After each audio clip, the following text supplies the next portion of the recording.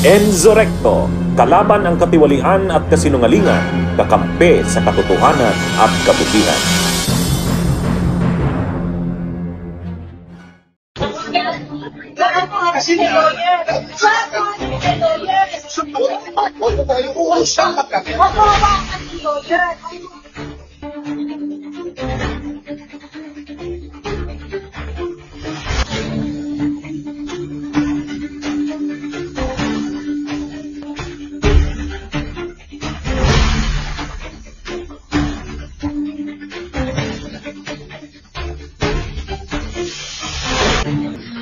Suot ang isang blue suit at tie, humarap ang 79-year-old na si dating Pangulong Rodrigo Duterte sa unang pagkakataon sa pre-trial chamber ng International Criminal Court o ICC sa The Hague, Netherlands, sa kasong Crimes Against Humanity, March 14, araw ng Biyernes. Ang Rodrigo Roa Duterte. That's my first middle name is Roa. His surname is Duterte.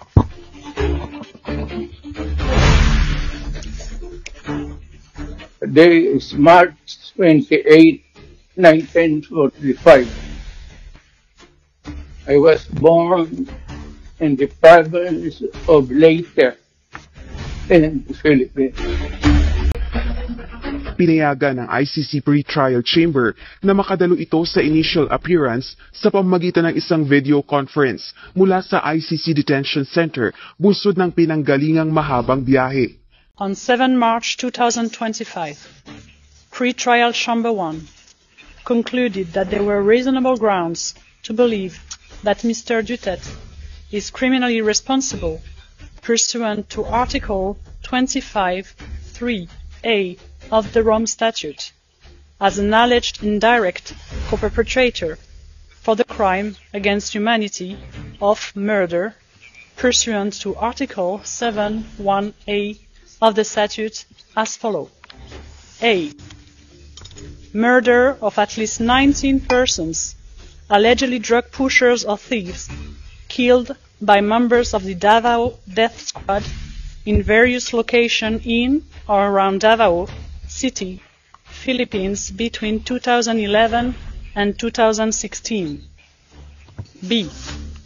Murder of at least 24 persons, allegedly criminals, such as drug pushers or thieves or drug users, killed by or under the supervision of members of the Philippines law enforcement, sometimes with the assistance of persons who were not part of the police, at various locations in the Philippines between 2016 and 2019.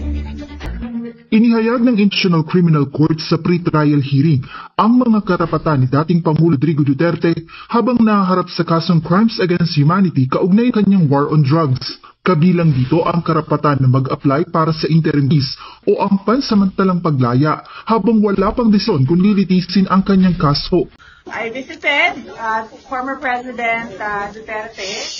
He is in the hospital wing of the detention center, and he is in good spirits.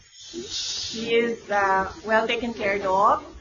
Defense team, yes, we already have a lead counsel. The President already appointed Nicholas Kaufman as his lawyer.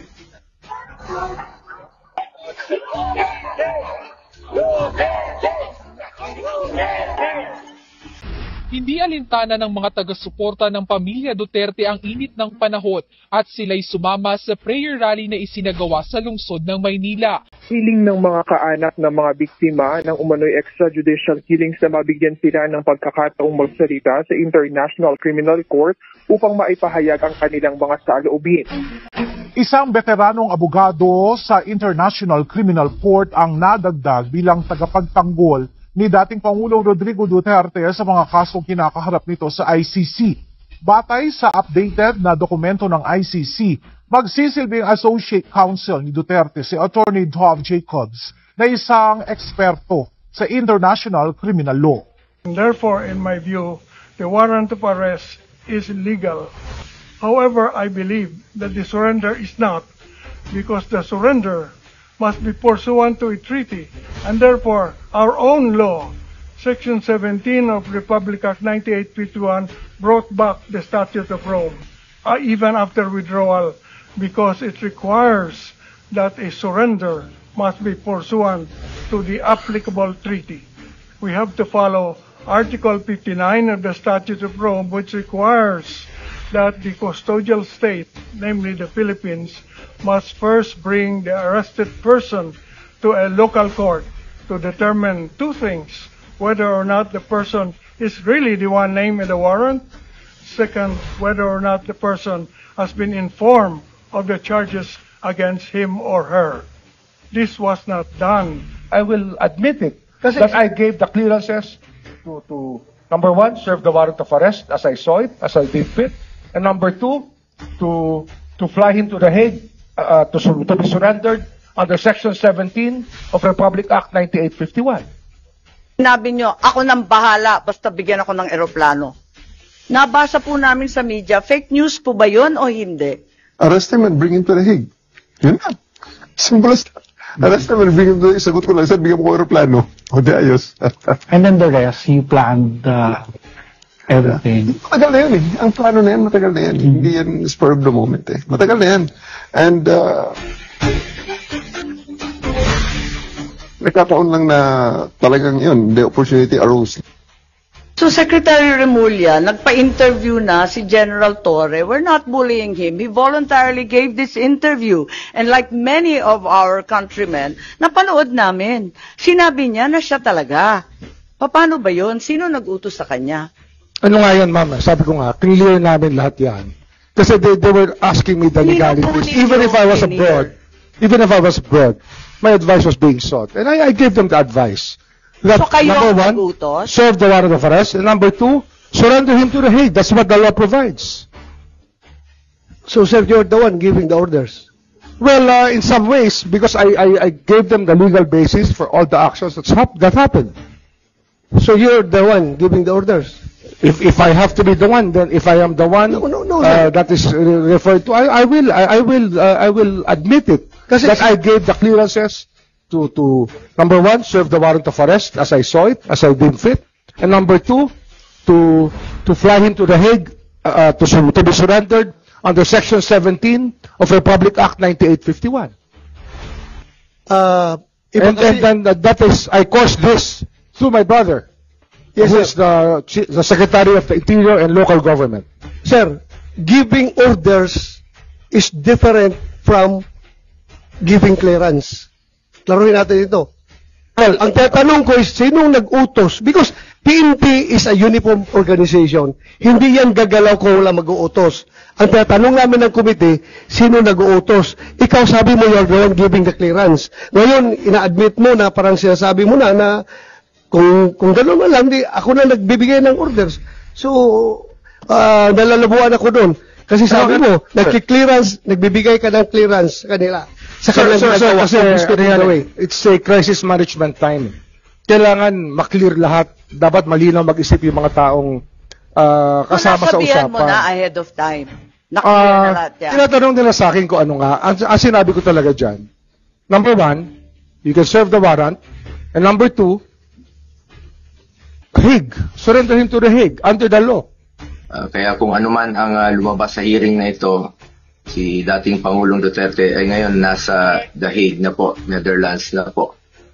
Ano bang pwede pang magawa? I respect the initiative of this committee to hold the Senate inquiry. Bagamat nirespeto natin ang pagdinig na ito, sinasabi ko rin po ang aking mga hinanakit na parang too late na po. Walang problema sa akin mag-hearing kahit araw-araw po. Pero ang tanong, may babalik niyo pa ba si Tatay Digong? Yan ang tinatawag ko na too late the hero na po. Kung sino po ang nag-utos, wala po tayong personal knowledge dyan. Kung ano po ang napag-usapan, wala pa rin po tayong personal knowledge dyan. Kung naganap na po ang dapat na naganap, yan po ay naaayon naman po sa batas. It's a done deal. Ando na siya. Tsaka sabi niya na mahaharapin niya yung charges. I think that he has repeated that to all of us lahat tayong Pilipino narinig natin na sinabi sa atin ni dating Pangulong Duterte na haharapin niya ang kahit na anong paratang sa kanya kahit sa ICC. Alam naman natin lahat at alam nila na mali ang ginawa nila. Ginawa nila yon to demolish political opponents. This is all about politics. The administration is using government resources, the ICC, to demolish the opposition. Wala na tayong argument. Mali ang ginawa.